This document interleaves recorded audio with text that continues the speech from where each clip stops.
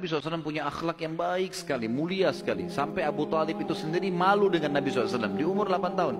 Anaknya Abu Talib banyak. Kalau istrinya Abu Talib lagi siapin makan, anak-anaknya pada berebut. Nabi SAW duduk di pojok rumah. Enggak sama sekali. Enggak berebut. Nanti kalau selesai makan ada sisanya beliau makan. Sallallahu alaihi wasallam. Punya akhlak yang mulia dari masih kecil. Sampai Abu Talib bilang sama istrinya, khusus untuk Muhammad sisipkan makanan. Karena dia tidak ikut berebut sama mereka. Gitu kan. Baik, di umur 12 tahun, pernah satu waktu Abu Talib ini mau ke negeri Syam, urusan dagang. Pertama kalinya Nabi SAW, biasanya Nabi ini selalu pemalu, nggak banyak minta dan nuntut ke pamannya. Khusus pada saat itu Nabi SAW bergantung di bajunya Abu Talib, nggak mau lepasin. Pokoknya dia mau ikut.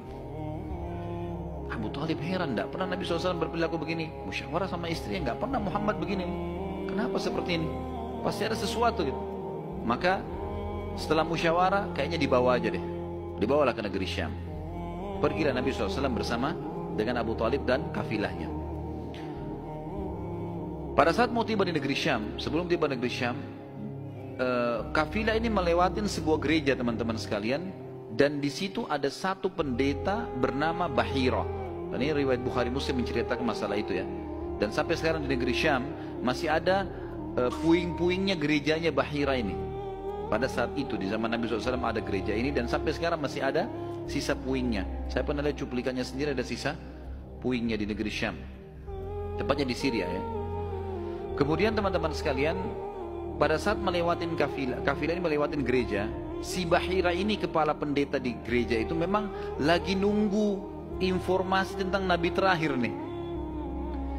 Dia ngeliat-liat di jendela gerejanya, setiap kafilah lewat dilihat sama dia, terutama yang dari Jazirah Arab. Secara kebetulan dengan hikmah ilahi lewat kafilahnya Abu Talib. Dan kafilah ini agak berbeda dengan yang lainnya. Kafilah itu berarti 3 unta ke atas ya, baru dinamakan kafilah. 3 ekor unta ke atas baru dinamakan kafilah. Waktu lewat kafilah Abu Talib ini ada awan yang menaunginya. Beda dengan kafilah lain, padahal lagi terik matahari. Dan tidak sengaja kafilah Abu Talib istirahat di sebelah gereja dan ada pohon-pohon kurma yang berderet, itu semuanya seperti menundukkan daun-daunnya ke kafilah itu. Pendeta ini perhatikan, kafilah tanya ini, kirim satu orang, tanya mereka kafilah dari mana nih? Jawabannya dari Jazirah Arab. Dari mana? Dari kota Mekah. Kata Bahira, hidangkan makanan sebaik mungkin di gereja, undang semua kafilah ini masuk makan. Diundang.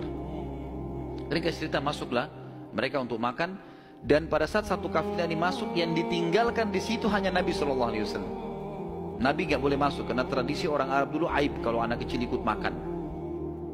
Nanti selesai orang tua makan baru makan. Tapi ini tradisi jahiliyah. Kalau sekarang antum lakukan, antum juga jahiliyah. Makan kasih anak-anak makan. Kenapa harus disendirikan? Mungkin dia lapar, kesian. Baiklah. Waktu lagi makan, Bahira ini memperhatikan satu persatu orang-orang Quraisy ini, wajahnya, karena mereka tahu cirinya Nabi terakhir. Alisnya, wajahnya, mukanya, kulitnya, jalur nasabnya semua jelas. Tidak semua, tidak ada tanda-tanda kenabiannya. Ini mukanya muka biasa semua. Maka si Bahira tanya, apakah masih ada dari kafilah kalian yang tidak ikut makan? Kata mereka, ada satu anak kecil di depan, kami suruh jaga barang kami. Kata Bahira, boleh saya ketemu? Oh silahkan. Mereka lagi asyik makan.